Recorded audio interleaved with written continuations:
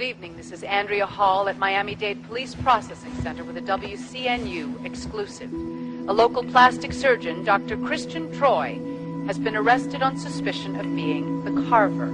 Just 36 hours after the murder of Brea Reynolds, police said they finally caught a break in the case that has kept Miami in the grip of fear for the last 6 months. A police spokesman would not reveal any details of the evidence that led to Dr. Troy's arrest, but did tell me a special investigator had been targeting the doctor for some time.